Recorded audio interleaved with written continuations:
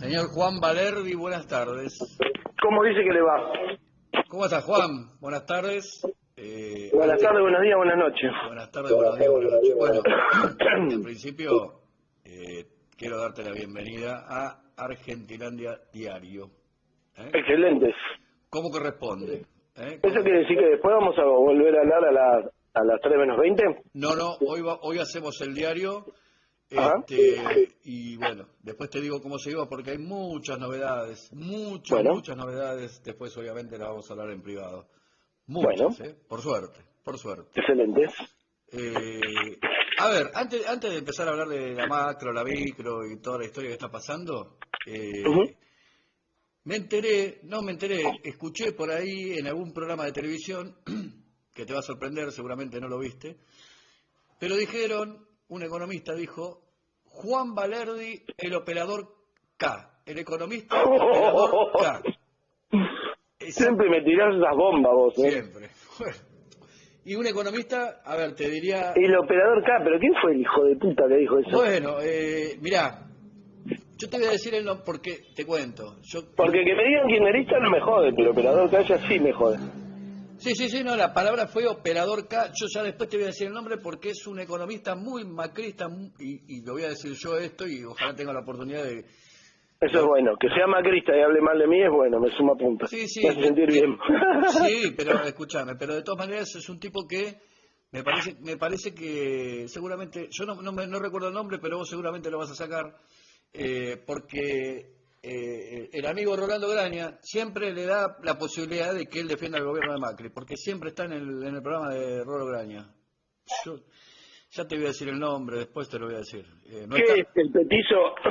No, es un... ¿Está con Mogiano, no? No, es un... No, ese es tu atendido del otro día, no. No, este es un pelado grandote, de barba. Muy macrista, que lo están usando ahora para debatir contra economistas. Creo que en algún momento te lo van a cruzar. Después voy a buscar el nombre y te lo voy a decir. No fue en el programa de Graña, Conseguime el nombre del precio. ¿Y de qué hablaba? Decía Juan Valerdi, el operador macrista, ¿y de qué hablaba? No, porque estaban un tipo que defiende la postura del macrismo de defender... O sea, a ver, esos tipos idiotas economistas que dicen, bueno, todo el mundo se endeudó en Argentina, ¿viste? La gran excusa, ¿entendés? Sí. Entonces, en el contexto de la deuda... Y en el contexto de la locura de los precios congelados y todo eso, bueno, nada, él dice, como muchos operadores K que le mienten a la gente y que le dan una esperanza que no la van a tener, y bueno, te cito como ejemplo, Juan Valerdi, dijo el doctor Juan Valerdi, un operador K como todos los economistas K. Excelente. Bueno, me tenés que conseguir el nombre. Sí, sabés. ¿Esto qué fue? ¿En el programa de Graña? No, por eso te digo, no fue en el programa de Graña. No, esto fue... ¿En radio o en tele? Me parece que fuese 5N, me parece. Pero déjame que yo te lo voy a averiguar y te lo voy a decir. Ok. Así que bueno, como te decía antes, Juan, la verdad que agradecidísimos de contar siempre con tu colaboración para todo lo que emprendemos y bueno, que es un desprendimiento del programa de radio porque la verdad que nos quedaba chico una vez por semana y decidimos ampliarlo para que esté todos los días las columnas de nuestros prestigiosos columnistas. Así que bueno, primero agradecerte por siempre estar acompañándonos. Excelente. Bueno, a ver, yo realmente a veces me parece que tengo algunas preguntas que son medias retóricas, pero como nosotros venimos hablando desde hace mucho tiempo, y vos adelantaste muchas cosas, vos nos dijiste, por ejemplo, que tendrían que suceder algunas cosas para que el país más o menos funcione o al gobierno le funcione. Bueno, muchas de las cosas no sucedieron. Esta es la realidad. Entonces, hoy llegamos a una semana de las elecciones, $1 a 200 pesos, que vos me vas a decir si está bien o está mal, y cuánta incidencia tiene en lo que va a ser la inflación de este mes, que va a ser arriba del 3%, es lo que dicen, vos me vas a corregir, y qué esperamos para diciembre, el mes más catastrófico de los argentinos. Bueno, empecemos por el dólar ilegal, el dólar blue, el dólar trucho, lo llevaron a 200 porque quieren hacer varias carambolas al mismo tiempo. por un lado, meterle presión al gobierno en las elecciones para que no tome medidas en contra de los sectores que empujan ese dólar, o para que retrotraiga alguna de las que ya tomó, como los precios máximos y demás, que aunque yo pienso que no alcanza con eso, es una tocadita de cola. Y además para meterle presión también a la inflación, es decir, todo eso para atentar contra cualquier mejora en el resultado de las elecciones del gobierno. Eso yo lo venía anticipando de hace mucho tiempo. Desde que el dólar estaba tranquilo hace 6, 7, 8 meses y decían, ¿qué pasa que ahora el dólar está tranquilo? Sí, es que falta mucho para las elecciones y todavía no están operando nada y no les están tocando ningún interés profundo, entonces está aletargado. Pero a medida que se vayan acercando las elecciones va a pegar un salto. Y acá lo tenemos, porque con poco dinero uno puede mover ese dólar y después meter presión para decir, no, el dólar argentino es un delirio, lo barato que está, el dólar oficial está retrasado, bla, bla, bla, bla, bla. A eso le sumás que como al gobierno le fue mal en las PASO, el FMI ahora está diciendo que cuando arregle con la Argentina tiene que arreglar con el gobierno, pero también con la oposición, y entonces la oposición dice, sí, claro, pero como dice el fondo, hay que unificar el valor del dólar, que es lo que hizo Macri cuando asumió en el 2016, a fines del 2015. Para arriba, obvio. Lo subió al dólar oficial de 9,50 a 14, y nos pegó un sablazo con la inflación, y después rifó los dólares con la fuga de capitales, y nunca paró de subir. Entonces, si ya tenemos problemas con la inflación, imagínate, si todas las cosas que se compran y se venden con el dólar oficial, que está a 105 pesos, en vez de venderse y comprarse con ese dólar, las exportaciones e importaciones se movieran con un dólar de 180, 190, lo que sea, que fuerzan estos tipos, obviamente eso se te iría también a disparar la inflación. Yo no creo que el gobierno lo haga porque sería suicida esta suba del dólar oficial tan fuerte, y además no es necesaria, porque el dólar está a un precio razonable o a un precio que de alguna manera trae un superávit de la Argentina, es decir, lo que le vendemos al mundo es mucho más de lo que le compramos al mundo. Alrededor de, para redondear, 15.000 millones de dólares, ponele este año, que está muy pero muy bien. En los peores años del kirchnerismo, creo que el déficit, o sea, la pérdida que había de dólares por eso era de 11.000, 12.000, y ahora vamos a ganar 15.000. El campo está tirando manteca al techo, los precios de nuestras exportaciones están muy bien, hay pocas importaciones. La mala noticia es que hay pocas importaciones porque el consumo está muy deprimido, porque no se recupera el salario real, y eso obviamente te tiene pisada las importaciones relacionadas con el consumo. La inversión de las empresas tampoco es muy fuerte porque hay mucha incertidumbre acerca de cómo va a ser la recuperación de la Argentina o el crecimiento, entre otras cosas por esto mismo de la caída del salario real, gracias a Mauri y a la pandemia, y también porque no se ha definido un proyecto de país, que es algo que yo vengo reclamando, que diga hacia dónde vamos, desde el punto de vista productivo, de desarrollo, de empleo, desde el punto de vista federal y demás. Entonces no hay tanta inversión. Y finalmente, otra cosa que siempre es un problema que nos genera mucha pérdida de dólares a la Argentina es el turismo. El turismo de Argentina, de los argentinos versus el extranjero que viene a Argentina, sistemáticamente nos da negativo y perdemos muchos dólares por ahí. ¿Eso puede revertirse ahora este verano o no? No creo que pegue un salto el turismo al extranjero rápidamente a valores como lo normal, entre comillas, y aparte no es solamente una cuestión de la pandemia, sino que también es una cuestión de que la gente en dólares gana 4, 5, 6 veces menos de lo que ganaba antes de Macri. Entonces, obviamente, hay mucha gente de clase media que podía ir a Brasil o que podía ir a otros países, latinoamericanos sobre todo, y ahora no pueden ni de casualidad, porque no le dan los números. Ahora, Juan, te pregunto, uno ve, a ver, más o menos, viendo algunas noticias coherentes, se le escucha mucho decir a algunos economistas coherentes y a algunos periodistas coherentes, hablar de que, por ejemplo, lo que bien decís vos, que la balanza comercial es favorable, que hay un crecimiento y bueno, y todo ese tipo de cosas, que se supone que crecimos más que en la época de Macri, inclusive obviamente antes de la pandemia. Pero ¿por qué no se refleja eso en la gente, Juan? O sea, la gente está cada vez más en crisis. ¿Por qué no se refleja abajo? Bueno, Cristina el año pasado dijo, ¿no? Ojo, la recuperación después del año de la pandemia y cuarentena del 2020, que no sea para 4 o 5 vivos. Y efectivamente la recuperación, no te digo que es para 4 o 5 vivos, pero ponerle 6 o 7. Porque tenés recuperación en algunos sectores que concentran mucho dinero, como el sector financiero, como el sector de los materiales para la construcción, como la propia construcción y demás. Entonces tendrás algunos gremios que incluso han empatado, le han ganado la inflación, que ya está alrededor del 50%, pero la mayoría de los gremios, y ni hablar de los que no están en sectores formales, digamos, han perdido bastante con la inflación, sobre años en los cuales ya habían perdido un 20, 25%, depende si era formal, informal y demás. Entonces, obviamente, la recuperación está muy localizada, digamos, en determinados sectores, en determinados tipos de trabajo, y ni hablar de sectores concentrados, monopólicos, oligopólicos.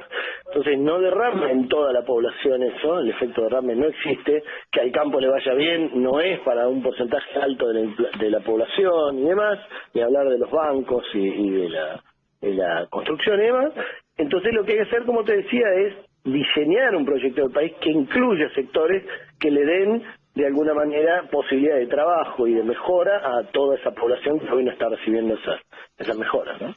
Ahora, cuando vos hablás de armar un proyecto de país, que sea, no sé, corto, mediano y largo plazo, esto no se hace, y la verdad que es mucho, esto me lo preguntaron mucha gente, de hecho te voy a trasladar porque era para vos esta pregunta.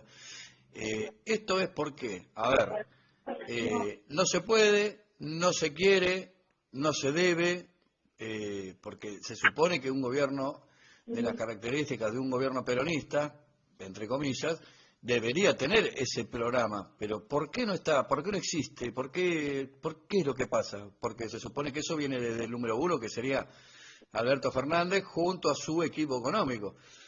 Pero no están pensando, o están pensando más en arreglar el tema del FMI que hacer un programa. La verdad que no, eso es lo que necesitaría que vos me digas, porque es lo que me pregunta todo el mundo. Lo que pasa es que justamente arreglar con los acreedores privados, que es lo que se hizo el año pasado, y arreglar con el FMI, antes de diseñar y discutir y debatir y arrancar una construcción de un proyecto de país, es poner el carro delante del caballo. Vos primero tenés que ver cómo carajo vas a hacer para darle de comer y trabajo y desarrollo a tu gente, a tu país, a nivel federal, a todo tipo con todo tipo de perspectiva, digamos, industrial, social y demás. Y después, en base a eso, vas a ver cuánto te va a alcanzar la guita para pagar la deuda.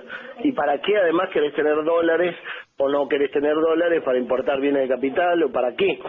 Eso, vos dirás, ¿pero por qué el gobierno no lo hace? Bueno, la excusa que tuvieron en estos últimos 2 años es que estaban contra las cuerdas con la pandemia. Para mí esa es una excusa errónea, porque en realidad la pandemia te da la oportunidad no solamente de seguir discutiendo, porque podías discutir incluso por medios virtuales, que se hizo para muchas cosas, incluso para la educación, sino también de tomar medidas heterodoxas, o sea, no tradicionales, muy fuertes, que se hizo en todo el mundo, y con una imagen de Alberto que al principio de la pandemia estaba en el 70% positivo. O sea que era el momento ideal para lanzar el debate del proyecto país. Ahora, ¿qué falencia tiene el equipo de Alberto Fernández, el equipo que está en los ministerios, en las secretarías, subsecretarías y demás, y en muchos organismos? No están preparados para encauzar ese debate, para acompañar ese debate, porque tienen que ser cuadros que estén formados técnica y políticamente, y que estén a la altura de eso, y que además estén dispuestos a ponerle el pecho al debate, porque no hay que diseñar un proyecto de país que lo sacás de la galera o que lo copiaste del plan quinquenal de Perón del 45 o de China. No, tenés que hacer un plan adecuado a la realidad actual y a la proyección que se hace de lo que puede venir en el mundo de escenarios en las próximas décadas. Todo eso implica no solamente mucho laburo, sino exposición ante el sindicalismo, exposición ante los movimientos sociales, exposición ante los empresarios pyme que valen la pena, etcétera, etcétera, ¿no? Y para eso tenés que tener gente que tenga huevos, que tenga formación política, que tenga formación técnica sólida, que haya integrado todo eso, que tenga calle, que tenga gestión y que esté dispuesta a ir a poner la cara y a poner el laburo para hacer todo esto. Hay momentos en que esa gente ha existido y hay momentos en los que no ha existido. Ahora claramente en los ministerios no está esa gente. Puedo preguntar una pregunta media tonta, pero debo hacerla. ¿Está a la altura de esa circunstancia que decís vos, Martín Guzmán? Hablo por el tema de lo que vos decís, ¿no? Que tiene que tener calle, gestión y bueno, y una... Información política. Exacto. No, definitivamente Martín Guzmán no está a la altura, Matías Culfas tampoco está a la altura, y varios otros tampoco están a la altura. Justamente hablando de... Una condición de formación política, de formación técnica que incluya la formación política y no solamente los libros académicos, digamos que muchas veces están hechos justamente para que no te desarrolles, para que no patees el tablero y demás, especialmente en los países centrales, y Guzmán estuvo su mayor parte de la vida adulta en Estados Unidos, y al mismo tiempo capacidad de gestión implica haber gestionado antes, como mínimo un municipio, ¿viste? Algo, y no es el caso.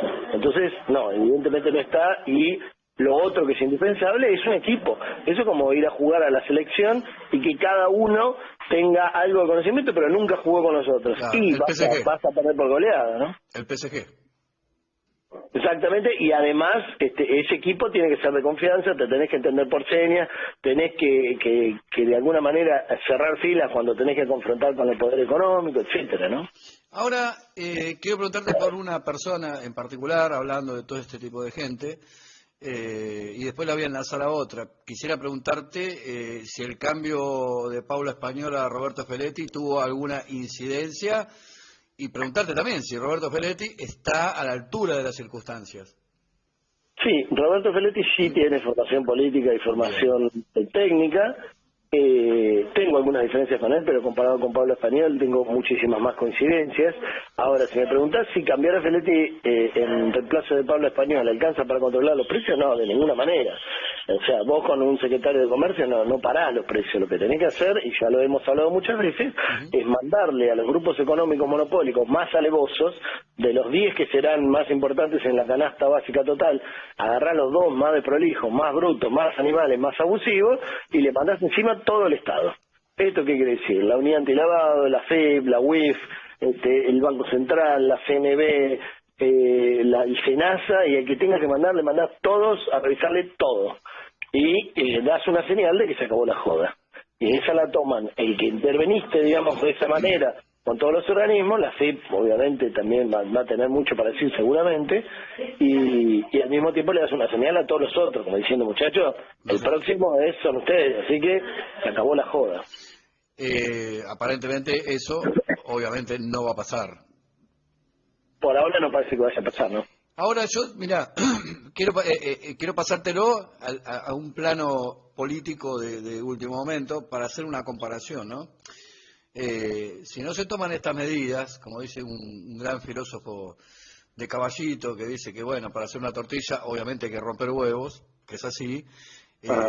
Ahora, la parte política te quiero preguntar para compararlo, es que, por ejemplo, el señor Mauricio Macri, que fue citado en la indagatoria, antes de la indagatoria, un juez, como Martín Baba, le prohibió la salida del país. Bueno, ahora de repente, no sé qué pasó, pero el tipo pide una autorización para ir a Arabia Saudita y se la dan.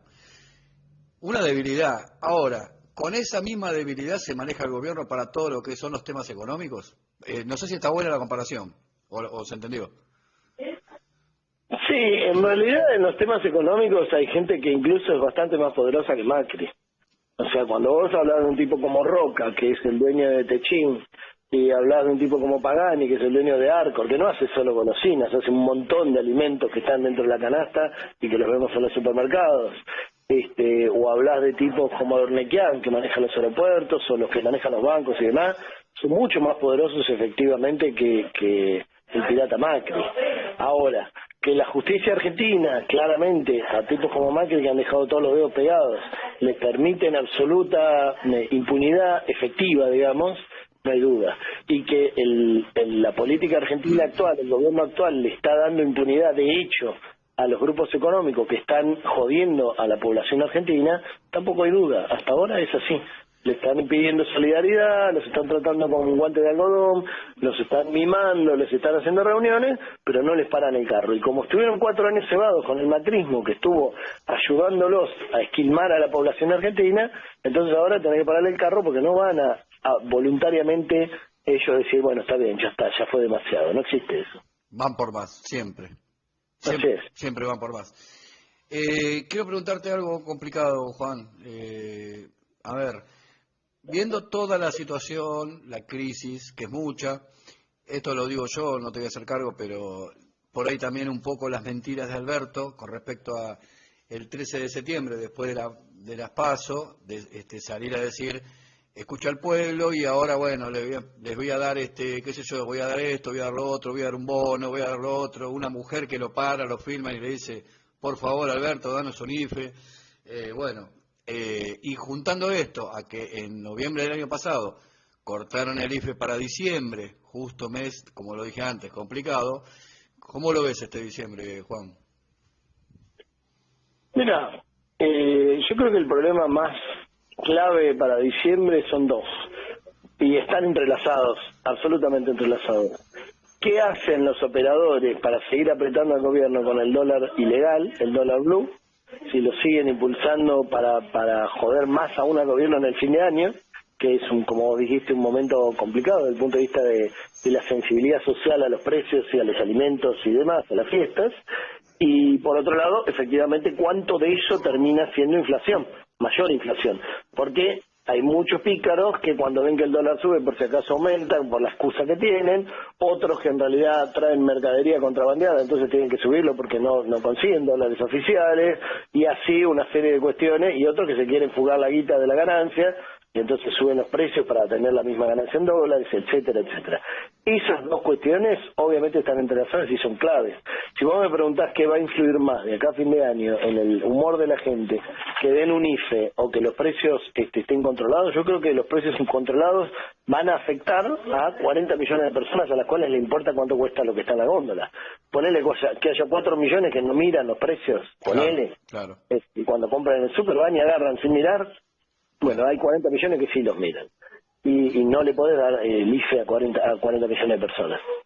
Incluso cuando dijeron de reponer el IFE hablaban de 3 millones de personas y no ya los 9 millones y medio del año pasado. Que al final fue ninguna, Si no controlas los precios, como mínimo se joden 40 millones de personas de argentinos.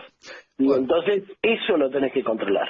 Aparte de que el dólar blue le quema la cabeza a 44 millones de personas, algunos poquitos, un par de millones porque quieren comprar dólares para fugarlos o para canutarlos, y otros millones pensando que cuando el dólar sube se está por ahí todo el carajo. Ese es el efecto extorsivo que tiene el dólar, ¿no? Bueno, yo por ahí una información que te voy a dar, te preguntaba esto porque, por ejemplo, tengo la información de gente que hablamos con supermercadistas que nos estaban dando un precio de, por ejemplo, 1.000 pesos un pan dulce y 600 pesos una sidra. Te imaginarás que eso va a estar muy complicado. Y esto es directa fuente de supermercadistas, ¿eh? Así que se va a complicar. Sí, de hecho, mira, nosotros, yo no sé si lo hemos hablado, pero yo desde que salieron la lista de precios máximos o precios congelados, dije que me parecía increíble que el gobierno no sacara una aplicación de celular para que la gente controlara, escaneando el código de barra del producto, que diga ahí qué producto es y qué precio tiene, que es una estupidez. Hacer esa aplicación es una estupidez atómica, y que tuvieras incluso un botoncito para declarar que estaba por encima en tal lugar y demás, ¿no? Eso es un poquito más complicado, pero se puede. Esto no estaba, y entonces dije, bueno, una de dos, o el gobierno sabe que no se está cumpliendo, o no está dispuesto a tomar medidas sancionatorias y demás. Bueno, en principio lo escuché a Horacio Robelli, que está trabajando en el equipo de Feletti, decir que que el lunes estaría saliendo esta aplicación. Vamos a ver, espero que así sea, espero que la gente la use y controle y que el gobierno efectivamente sancione a los que tengan que sancionar. Pues yo he visto algunos precios que están 50% arriba de los precios congelados. 50% arriba. Aceite, cañuela, 900 centímetros cúbicos, en la lista 143 y en 3 o 4 comercios, incluyendo algún hipermercado, lo vi a 210, 215, 205. Entonces, necesitamos que el gobierno le dé participación a la gente para que la gente lo apoye. Y esto lo incluyo también en las elecciones. La gente tiene que votar a este gobierno y tiene que también exigirle al gobierno que la próxima vez, en vez de decirle a la gente no se puede hacer otra cosa, se lo diga al FMI, se lo diga a los empresarios y le diga a la gente no me deja hacer otra cosa. Entonces que se dé vuelta al gobierno, ¿no? Como diría mi abuela, entonces con el precio del aceite va a haber que comer huevos poché, ¿viste? Tal cual. No hay más aceite. Última pregunta, Juan, que tiene que ver con un tema que vos manejás. Creo que sos el mejor de manejarlo acá en la Argentina y en Latinoamérica, como también lo escuché en un informe de Canal 26. Acaba de salir una información, no sé si la tenés, pero el alcalde de Nueva York ha decidido recibir su sueldo en bitcoins. No sé si tenés esa información, acaba de salir. No la tenía, pero no me extraña. El tema del Bitcoin tiene muchas implicancias, hay mucha truchada atrás del Bitcoin, mucha venta de humo, pero que hay una relación fuerte con lo financiero y con los tipos que manejan la relación con el sector financiero de Estados Unidos. Muy íntima, no hay ninguna duda, está abrazado, digamos, al sistema financiero tradicional, al Bitcoin, a pesar de que el Bitcoin originalmente fue diseñado para ir en contra de ese sistema financiero tradicional, y no me extraña que en un lugar como Nueva York, que es donde se reciclan y se lavan los cientos de miles de millones de dólares que se van chupando de todo el mundo, hagan jugaditas, digamos, como esta con el tema del Bitcoin. Es increíble porque encima el hombre es republicano. Sí, eso era obvio, pero igual los demócratas últimamente cada vez están menos diferenciados, ¿no? No me hubiera extrañado, como dice Krusty de Los Simpsons, me pusieron un camión de dinero y no me pude resistir. Hay algunos demócratas que les pasa. O sea, estamos de los dos lados del mostrador y de la grieta, si nos conviene. Eso sí. Juancito, muchísimas gracias. Bueno, de vuelta, bienvenido a Argentilandia Diario. Te esperamos la semana que viene. Que se viene el cierre de las campañas, las elecciones el domingo, así que bueno, me gustaría hablar un poquito de también dentro de la economía, un poco de política, con vos que siempre es interesante. Sí, aparte el domingo de la semana que viene las elecciones, así que no podemos dejar de hablar de política, ¿no? No, vamos a tratarlo un poco, te digo más específico, me gustaría hablar un poco más de geopolítica. Esa es la Perfecto. ¿Eh? Perfecto. La verdadera política. La verdadera política. Diría Perón. Diría general Juan Domingo Perón. Juancito, ahora vamos a publicar tus redes al pie de la entrevista y de la columna. Te deseamos que pases un gran fin de semana. Espero que hayas degustado un buen asado y que lo hayas pasado bien. Muy buen asado. Mi amigo Tito hizo un asado memorable. No voy a decir el apellido porque es funcionario y, viste, hay gente sensible a los apellidos por los medios. Te van a seguir diciendo, te van a volver a decir que sos operador, así que mejor no. Sí, viste que ahora me contó un pajarito, digamos, que soy un operador K, para algunos economistas macristas lo soy, si los operadores macristas me pegan y pegarme implica decirme operador K, para mí es un orgullo. Juancito, te mandamos un gran abrazo, buen fin de semana, buena semana y nos reencontramos. Abrazo grande. Igualmente.